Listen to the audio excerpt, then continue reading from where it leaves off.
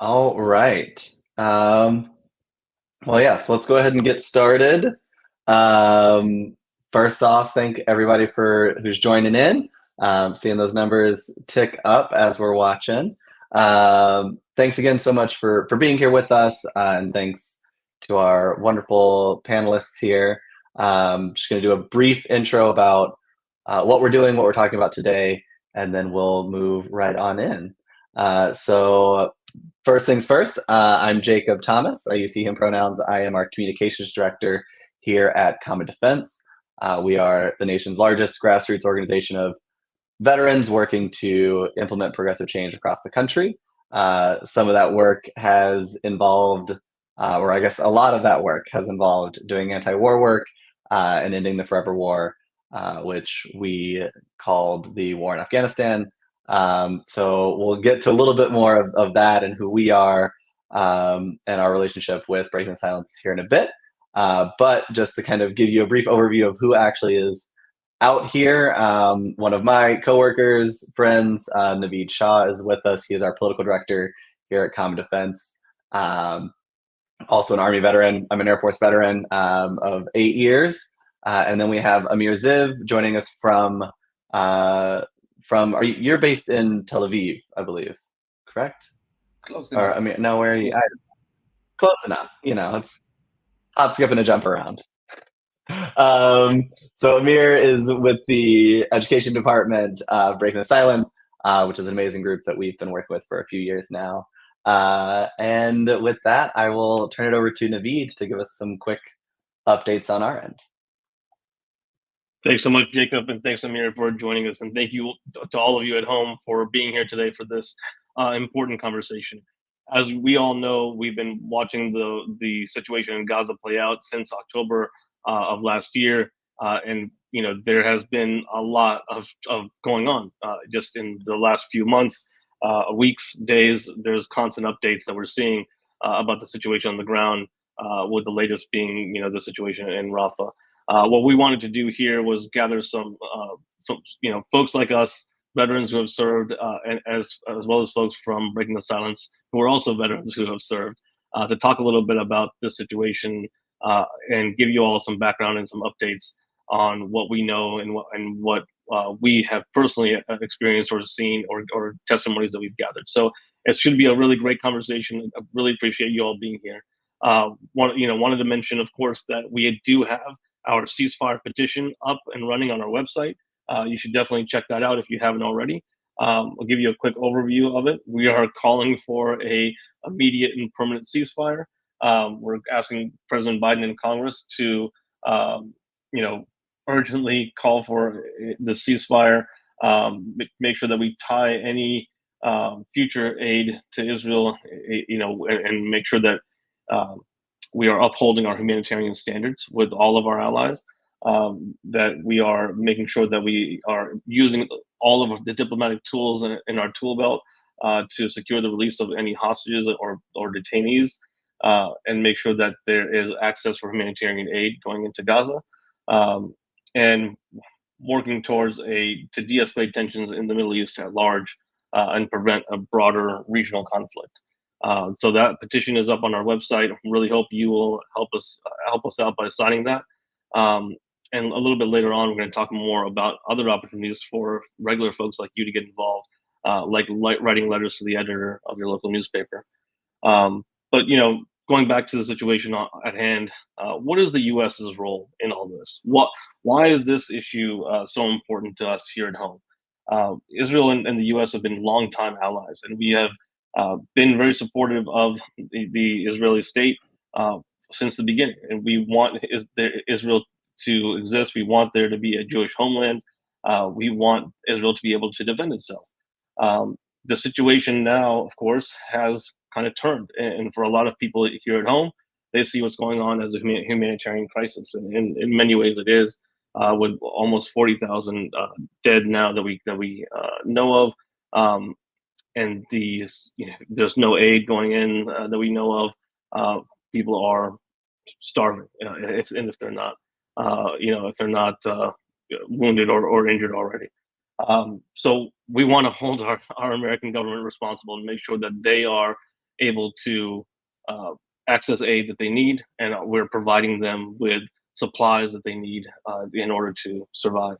Uh, but I think part of what we are dealing with is just a real chasm of information, right? There's some information coming in from reports on the ground.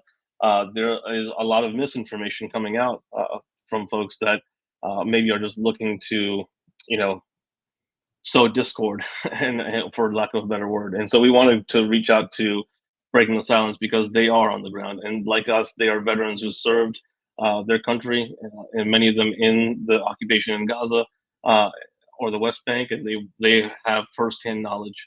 So when we talk about the occupation of Afghanistan, many of us who served there can talk about that from firsthand knowledge. And I think having that kind of on the ground experience cannot be understated. I think it's really important to make sure that as we're having these conversations, we're able to reach out to people who um, have those real world lived experiences. And speaking of real world lived experiences, my friend Jacob actually took a trip to Israel not too long ago. Jacob, do you want to talk a little bit about that? Yeah.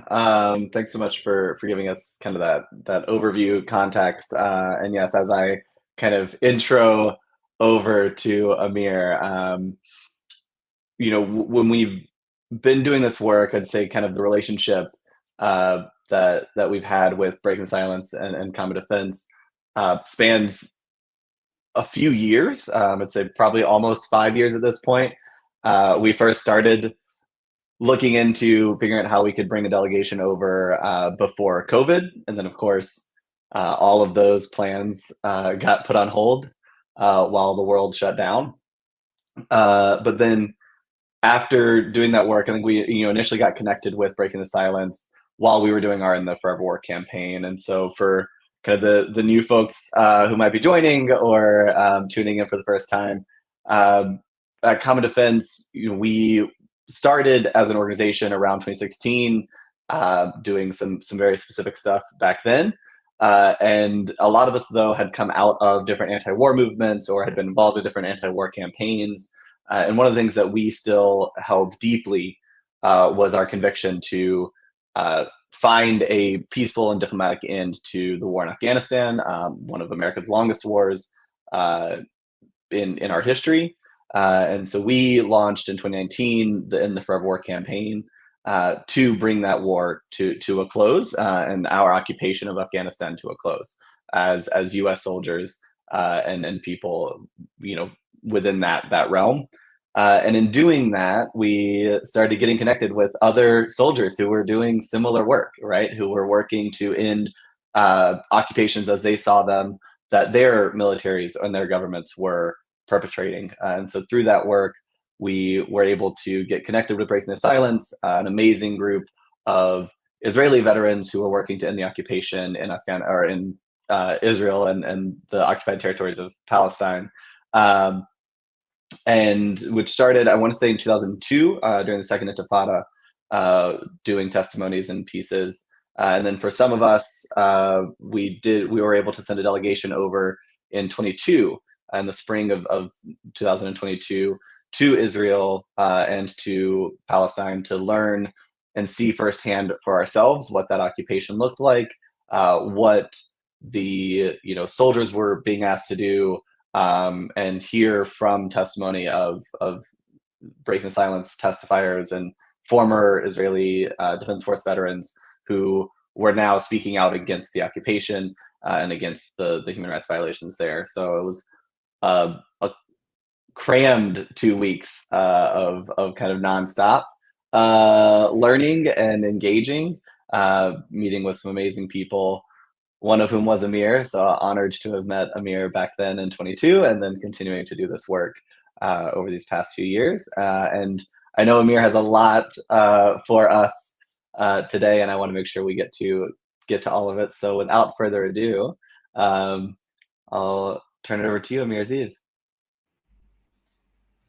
Thanks, Jacob. And thank you for having me and having us as an organization. And thank, first of all, Common Defense for the relationship in the past few years, but also to everybody who decided to join. I'm not sure how many people I'm talking to, but thank you all for coming. Um, I'll briefly say that I'll introduce myself in a minute, but I'll start by apologizing. I have a 2-year-old at home. That means I'm sick all the time. That's why I am hurt. This is what I sound like in the past 2 years. So sorry about that. And you have to deal with the Israeli accent. Just that's reality for what it is. Um, my name is Amir Zeev. I'm 35. I live in Israeli Rehovot, which is not far away from Tel Aviv. I served in the IDF between 2008 and 11 as a combatant and a commander in the 50th Battalion of the Nachal Brigade, and I was posted all over the occupied territories. I had a few months of service on the border fence with the Gaza Strip in 2009, 6 months of service in the Palestinian city of Hebron in the southern West Bank, which is the second biggest Palestinian city in the West Bank and the only one with an Israeli settlement within the city itself, and all over the West Bank in different areas and events. I was released from the IDF in 2011, and I joined Breaking the Silence in 2013. Um, and I will say about us, about Breaking the Silence, as Jacob said, we're an organization of veteran IDF soldiers. We all served in the occupied territories. The organization was established, as Jacob said, in the Second Intifada in 2004. And basically, since the get-go, we do the same job, the same work, which is to collect testimonies from soldiers who served in the occupied territories and publish them to the Israeli society and the international community.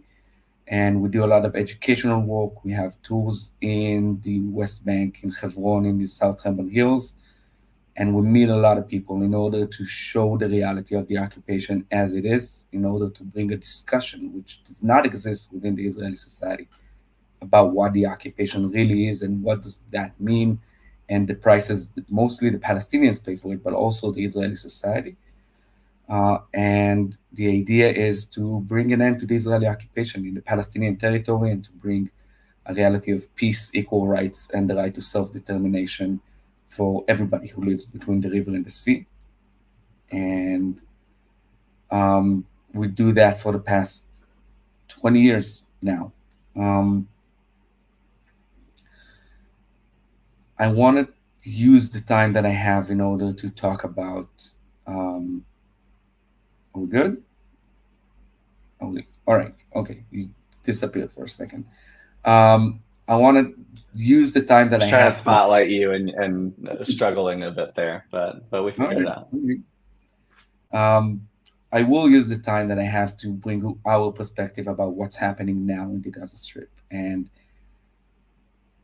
I will say that soldiers did start coming to talk to us about this war, and we did start collecting testimonies and talking to people, but it will take a few more months until we have something to publish. And in the meanwhile, I think it is important to give people perspective about how the IDF and the State of Israel thinks and operates in past wars or rounds of fight within the Gaza Strip, in order to understand as much as we can how we got to the reality that we're in now, in which we have so many civilian casualties, Palestinian casualties, in this war in the Gaza Strip.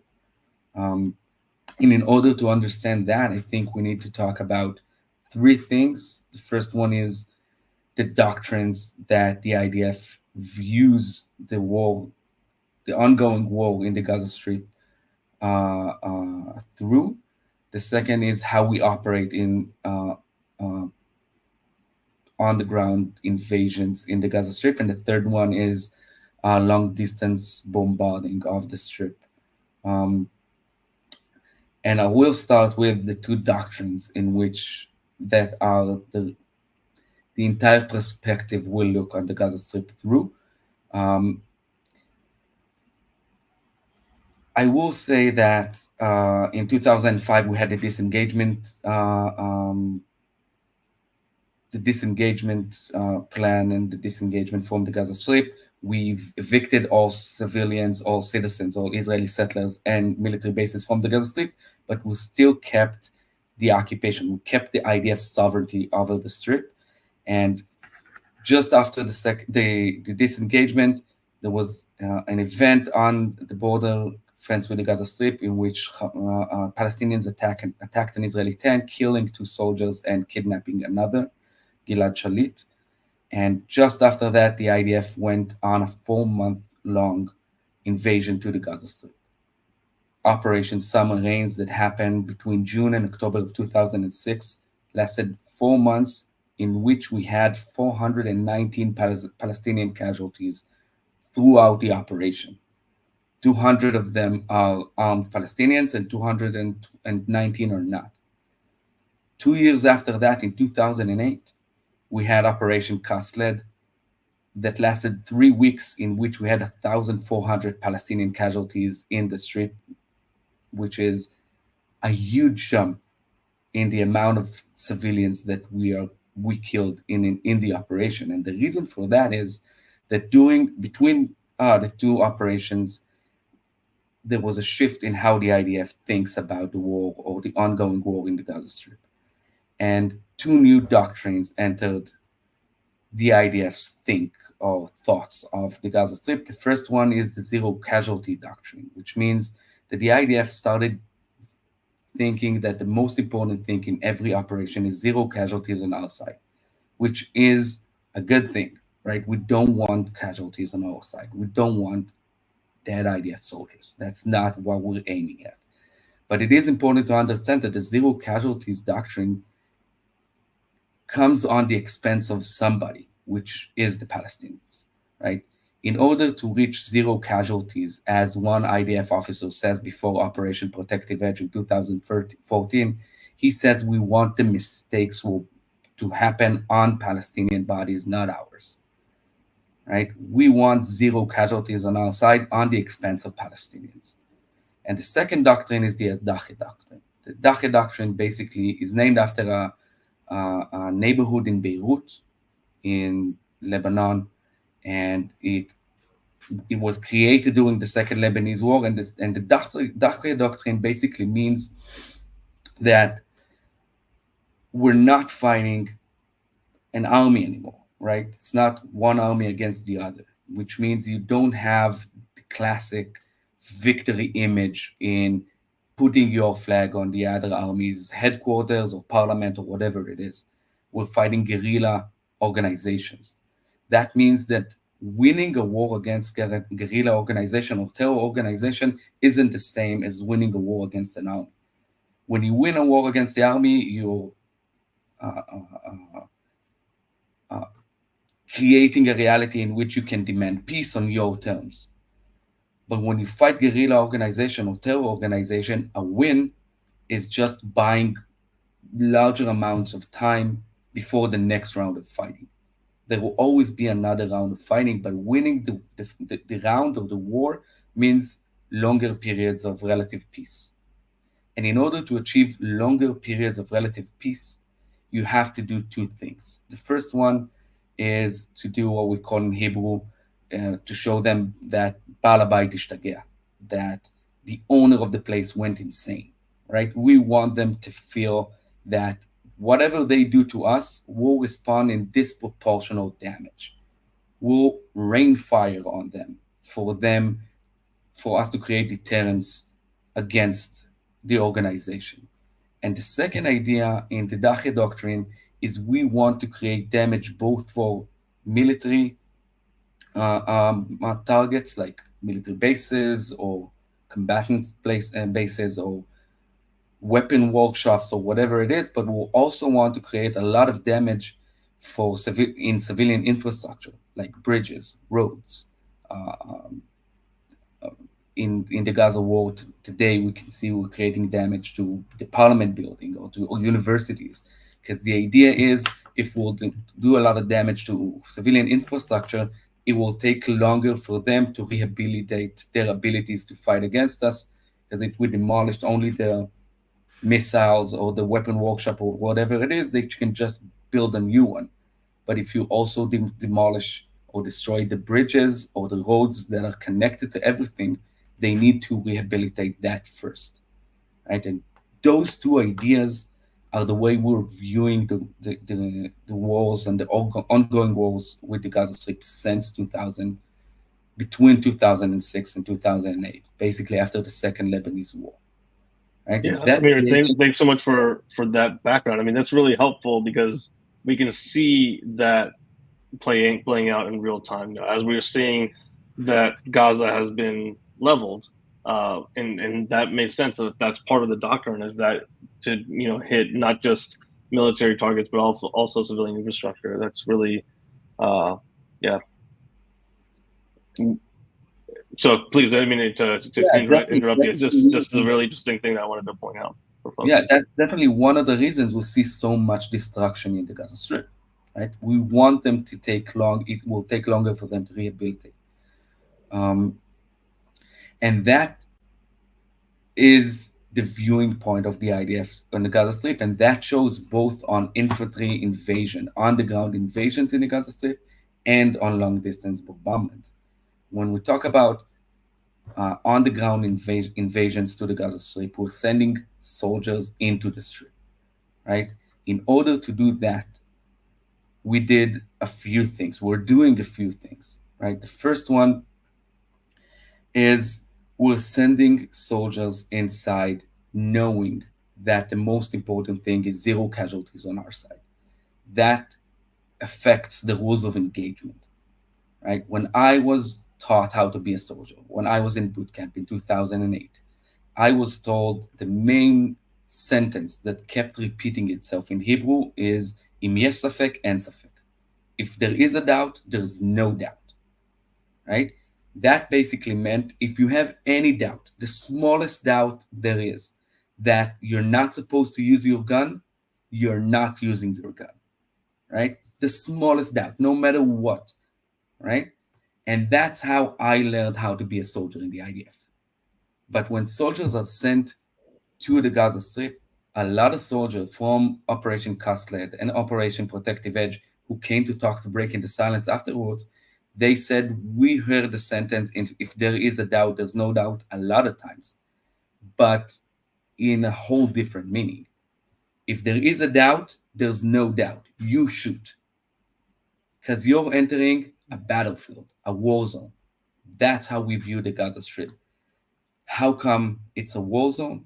Because before every ground invasion, we're flying over the strip and spreading leaflets, right? That basically says to the entire population in the Gaza Strip, in the area we want to invade, this is the date, this is the time the IDF forces will invade this area. You have until this and this day and this time to leave. If you're not, it's your fault for being in a war zone. And then we're telling soldiers that there's no civilians in the area. And we're telling them everybody who's there is a terrorist, is what we call in Hebrew an involved Palestinian, right? So soldiers are going into neighborhoods in one of the most populated, densely populated areas in the occupied territories, and they are told no civilians are in the area. Everyone you see is the enemy. And the rules of engagement of some soldiers who served in protective eds were so loose that they told us the rules of engagement was if you see somebody shorter, taller than a meter 40, which translates to 4.5 feet, you shoot. Everybody taller than 4.5 feet, you shoot. Everybody who doesn't seem especially innocent, you shoot. Right? And the rules of engagement are loose because soldiers don't think are told there are no civilians in the area. And when you invade in the Gaza Strip since 2008, you don't invade only with infantry. The IDF uses something we call in Hebrew tzakach, which is initials for Tzevet Krav Chativati, which loosely translates to Joint Battalion Team, I guess. Basically means we're dividing infantry battalions, infantry brigades into battalions, And every battalion commander is now the commander of his infantry soldiers and a unit of tanks and a unit of engineer corps and an artillery an artillery unit, and he has direct connection to air force. And he is now in charge of a mini military, a mini army that goes into the Gaza Strip, and he's in charge of all of that firepower and can use it from the ground.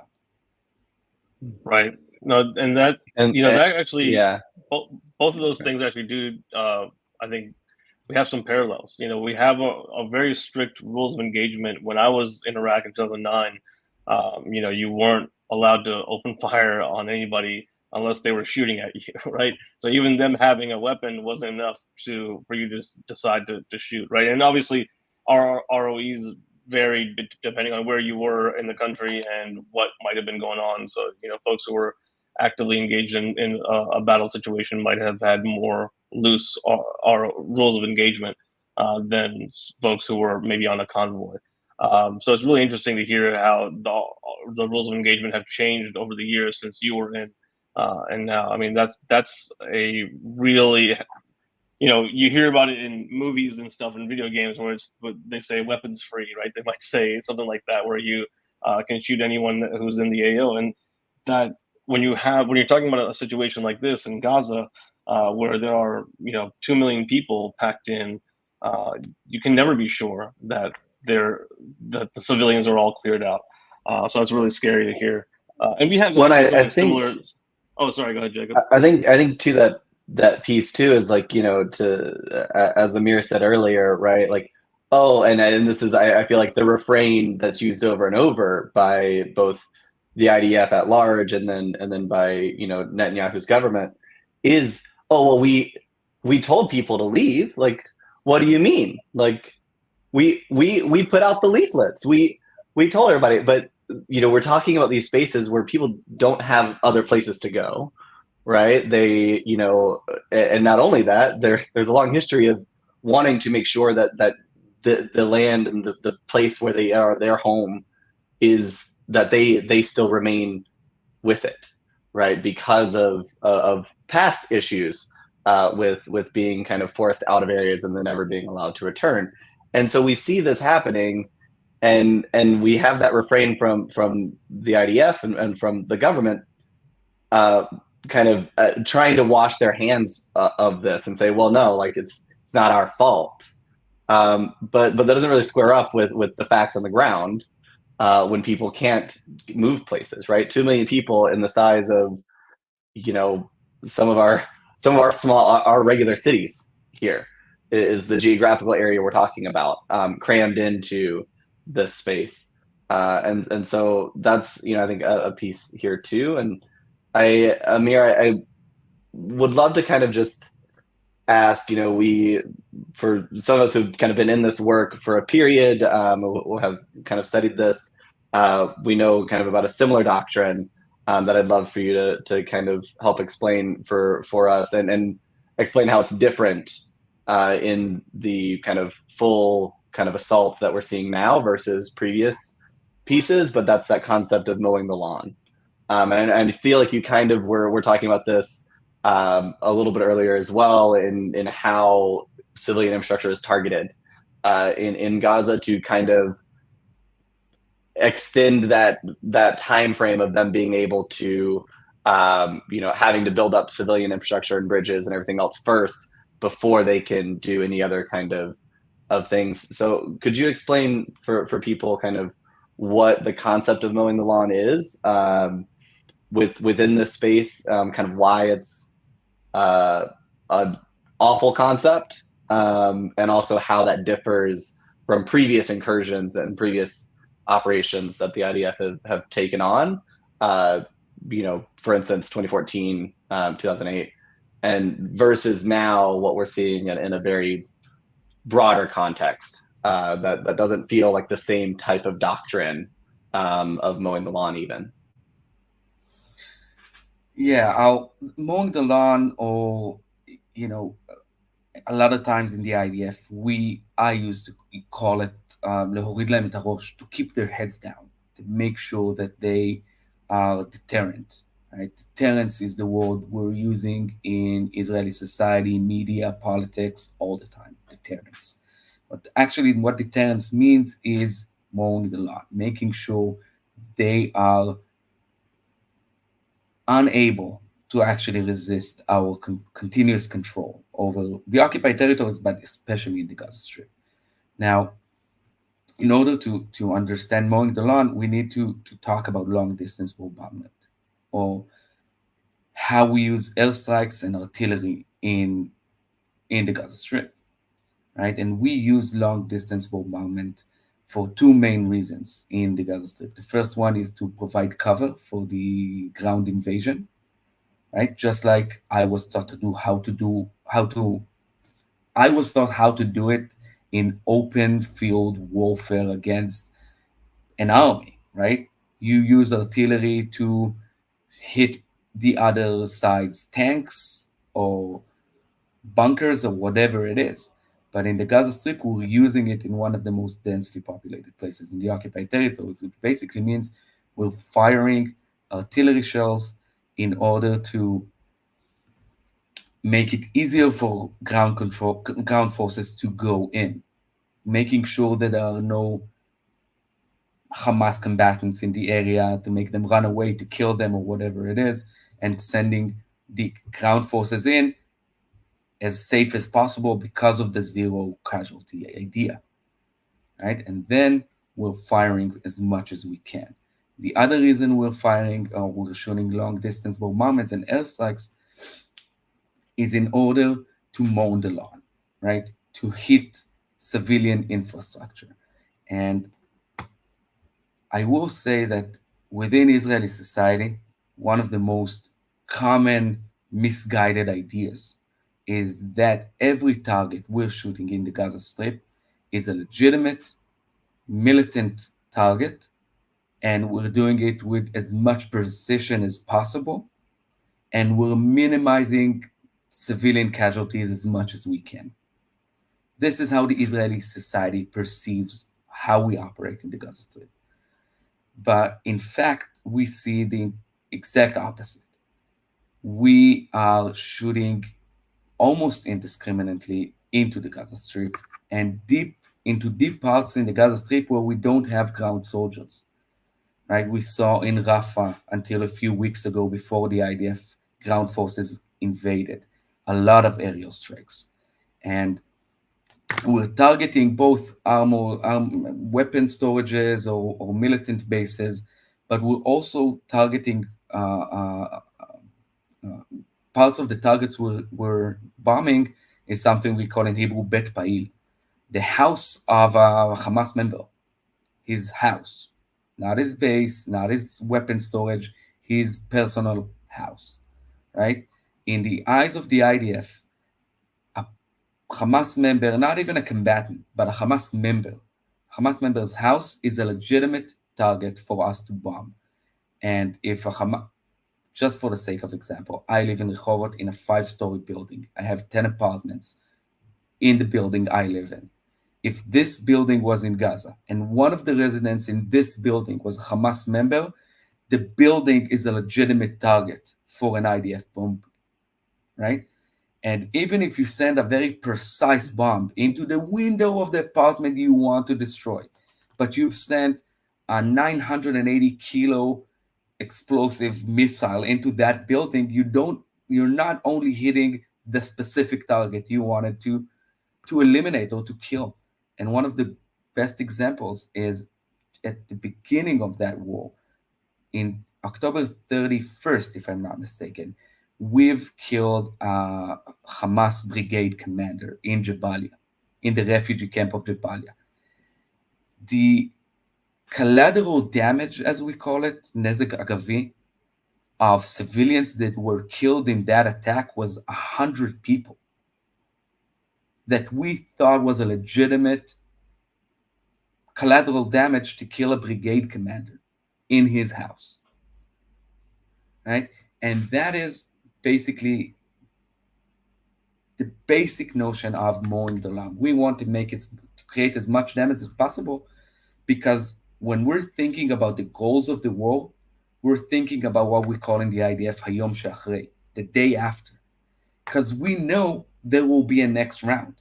So whenever an IDF unit uses a house for cover, when we leave it, we either blow it up or sending a bulldozer to destroy it or airstriking it or sending houses on fire to demolish it because we want a clear view into the strip.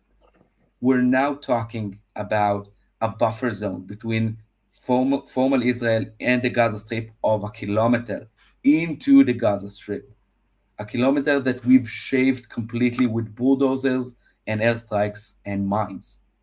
Because we want a clear view, because we know there will be a day after. We want to create as much damage as possible to, I don't know, buy as much time as possible. And again, I don't know what will be the outcomes of this war. But for as much as I know today from media outlets, from Palestinian partners, from IDF officers who speak out, we're not seeing it. We're seeing the same notion, the same idea of there will be a next round. We just want to make it as far as possible. Nobody talks about a political solution to this situation. Nobody talks about what will happen once the war will end. Right? The only Israeli politicians who talk are the ones who wants to either nuke the Gaza Strip or to transfer the Palestinians out and to resettle the Gaza Strip with Israelis. Right? No one else is talking about what are we going to do, and that kind of feels like the last two operations, the big ones in 2014 and 2008. And again, I think the main difference is the idea of what you call, and I think is a good description of the forever war. We do not think this will come to an end ever. And we operate on that assumption. Yeah, thanks so much for kind of giving that context. And I think I'll put the ceasefire piece back up there at the bottom for people who are just joining. We do have a ceasefire petition that we've put out as Common Defense. And I know we're kind of got about 20 minutes left overall, and I know we want to kind of get to some next steps as well. But I wonder, Amir, if you could kind of help explain a little bit. I guess I would love to kind of know what that sentiment maybe is in kind of the areas where you are now in Israel. What kind of, how are people feeling, about both the government, about the operations that are happening, and kind of where Netanyahu kind of sits within this space.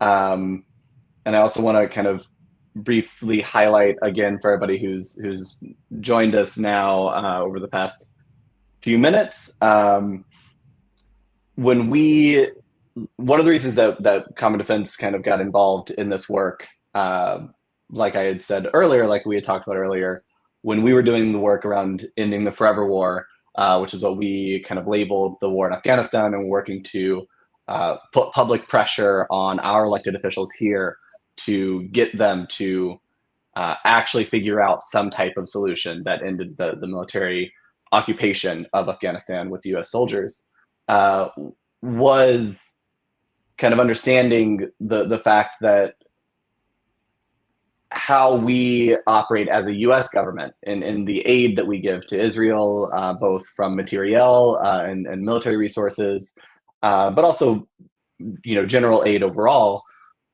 was really understanding that America does have a unique role to play in helping resolve this conflict, because we are one of the main funders of this conflict. And so I know that's one of the things that we have been working on, and one of the reasons that we started getting connected with Breaking the Silence and with y'all, and were able to come out and do that delegation in 22, was to really understand that better, and figure out how we can put that same type of public pressure on our elected officials to start to condition this aid and move things differently. But I would love to kind of understand too the political context that you're seeing, Amir, on the ground there. I will say that I think I, I will say first of all, just in order to realize a bit of context about the Israeli society now, most of Israeli society doesn't see what's happening in the Gaza Strip. The Israeli media does not show the amount of death and damage and destruction, that the starvation in the Gaza Strip. Most Israelis haven't seen any of that, right? Because the Israeli media and the Israeli government and the Israeli educational system are all very well. I lost a word in English. Recruited to the war effort, let's say, um, and are trying to create a reality in which obviously we're the good guys, they're the bad guys, and that's the black and white reality. So a lot of Israelis, when they hear the international media, the United States protests in campuses or whatever it is, they don't really know what is the discussion. They don't know what the reality is actually. But having said that, in the past few months, a huge part of the Israeli society came to realize that the Israeli government has failed to achieve the basic part of the partnership between a government, a state, and its people, which is we give you the power to rule our lives and you provide us with safety and security and taking care of us, right? And after the attack on October 7th and the kidnapping of Israeli citizens into the Gaza Strip, throughout the past months, it became a lot more obvious for a lot of Israelis that the state of Israel is failing to help release those hostages because the state of Israel wants the war to continue for a lot of reasons, right?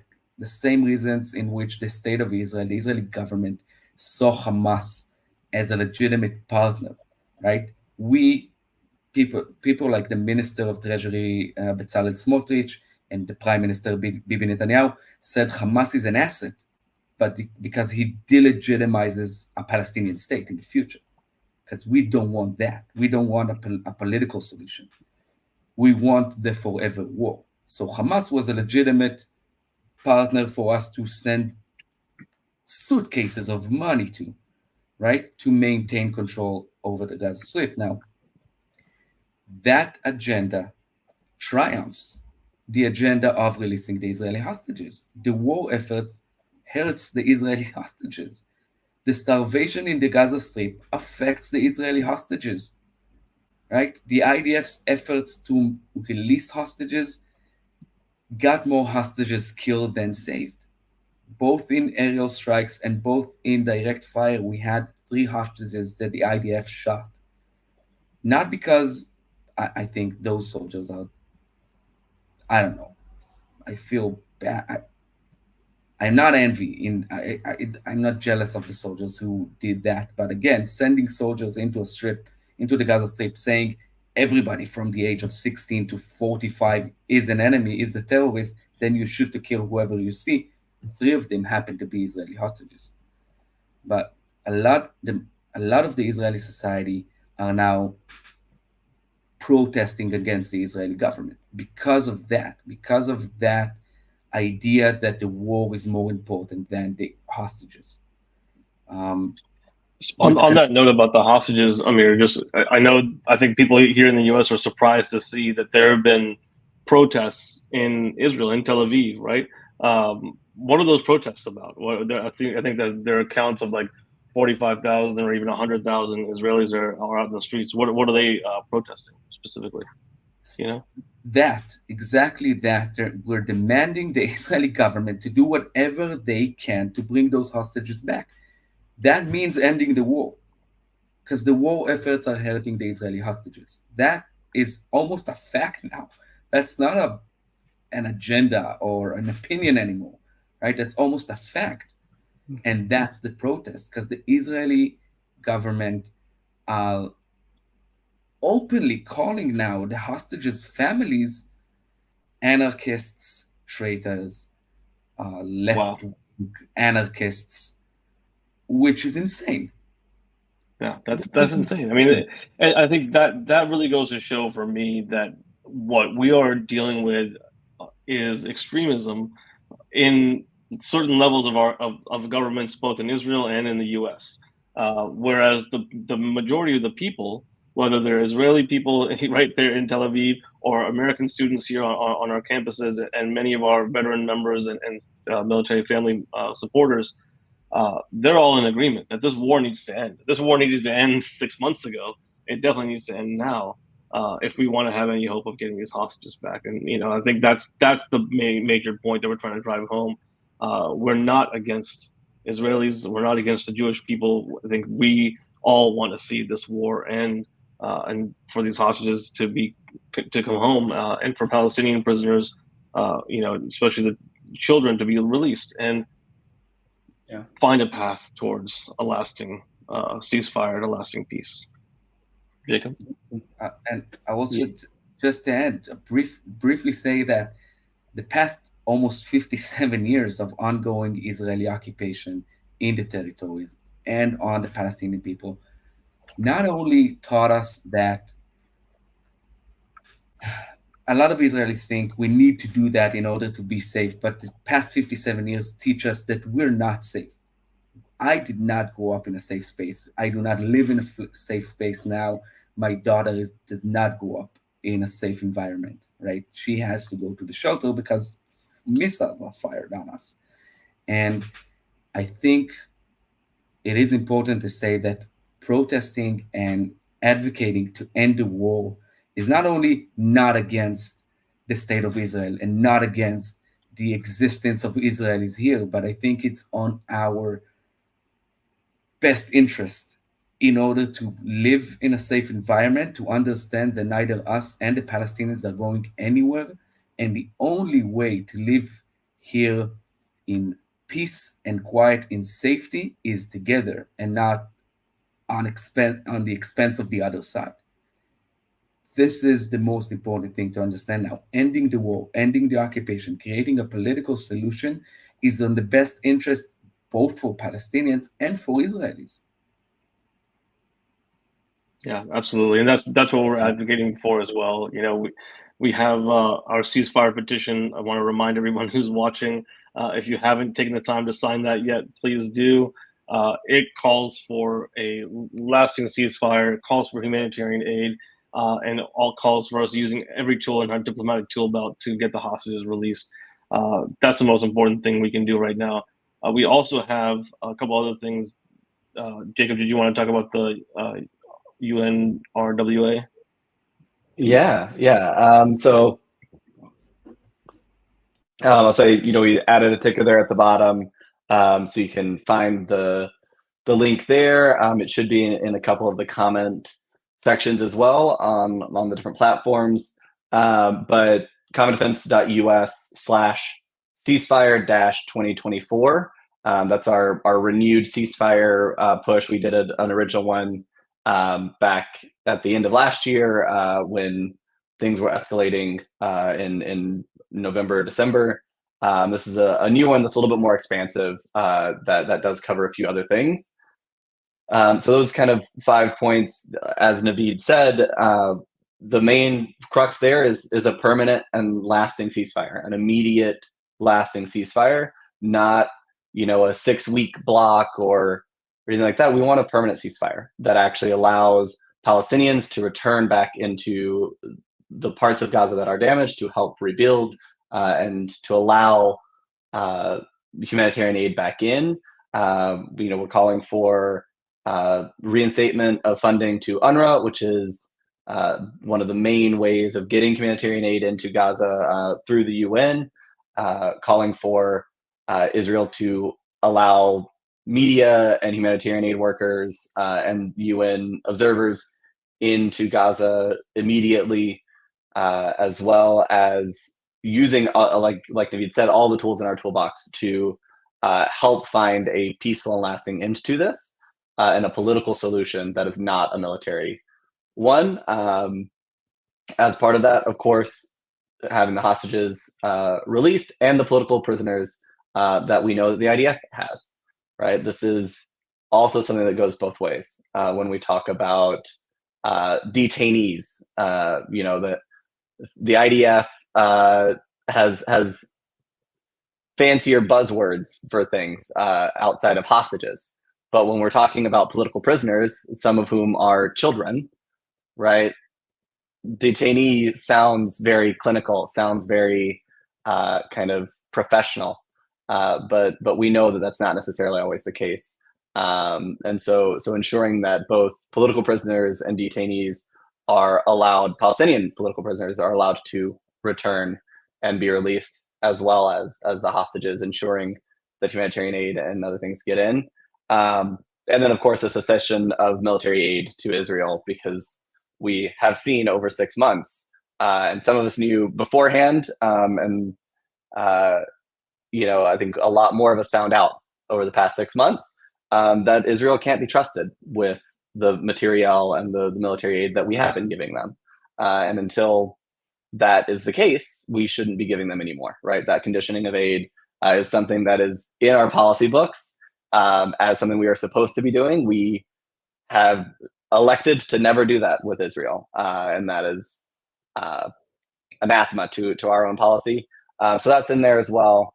To be clear on that front, we should be enforcing those humanitarian conditions on aid with all of our allies, whether with all of yes.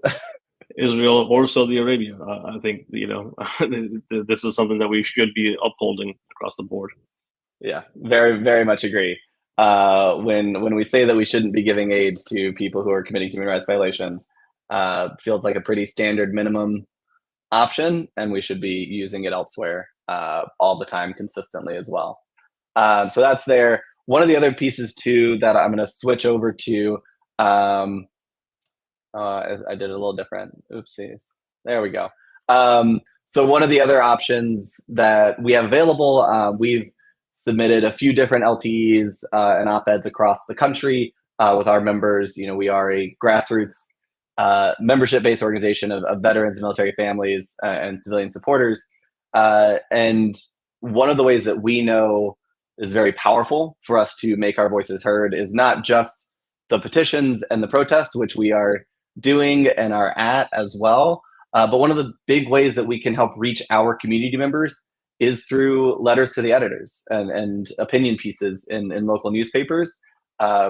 Opinion pieces and kind of the op-ed section of newspapers is still one of the most read sections of newspapers. And so being able to have a clear voice on these issues is important, both to us and to helping our communities understand where we're coming from. So if you are a veteran who wants to help write an op-ed or a letter to the editor and wants to help figure out how to get that published, we have our organizers that can help with that. So if you want to learn more, organizing at commondefense.us will help get you in touch with one of our organizers, and we can help that process, figuring out where you can submit and what that would look like, and help giving some kind of talking points around this issue. But we know from our experience across the board in doing this work that veterans play a key role in helping find peaceful political solutions when our leaders are hell-bent on military and war solutions, right? Our voices of those who have seen the troubles of war, seen the horrors, and experienced what it's like to be in the military matter so much in these moments to help push back against some of these narratives. So that is there as well.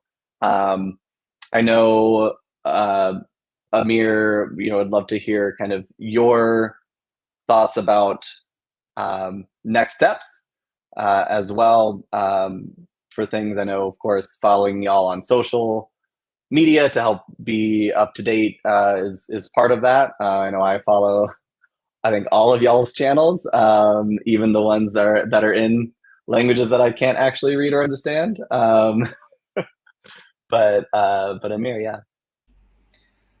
I'll briefly say that as of now, we're putting all of our efforts in reaching out to soldiers who were taking part in the war in Gaza or now taking part in the war in Gaza. Um, some of them have started to come and speak out and talk about what's happening there and how we operate there.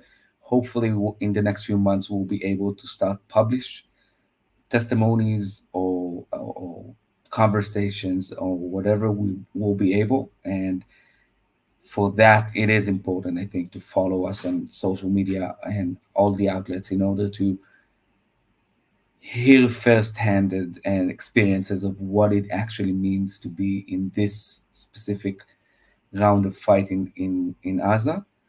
And I will say that we're now trying to facilitate some of our team members to go and to come to the US in the upcoming fall, maybe September, maybe October. But again, by following us, you'll be able to see when we'll come to the US to speak in public events or, I don't know, create events. If you want us to talk to some of you, we'll be more than happy to do that.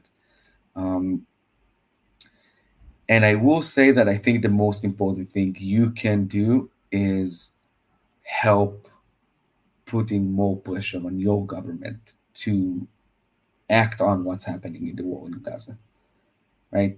This is the most important thing. Now, in my point of view, as somebody who lives here, right, we need help. Our government is not doing their job at all. We need your help in order to end this war and create a better future, and that is what I'm asking of you to do.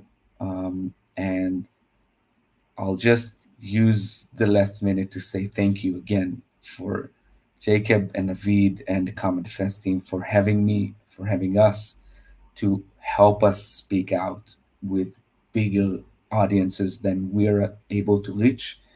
And again, very thankful for the relationship between the two organizations. And